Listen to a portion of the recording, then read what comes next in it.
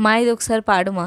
నానా హరనా ప్రియమైన హరనా మొదలైనలోనా వలనాని వలనా నానా హరనా హరదైన హరనా నెమలి కలపడకింతల్లి నా చెంపల విలివేనా నానా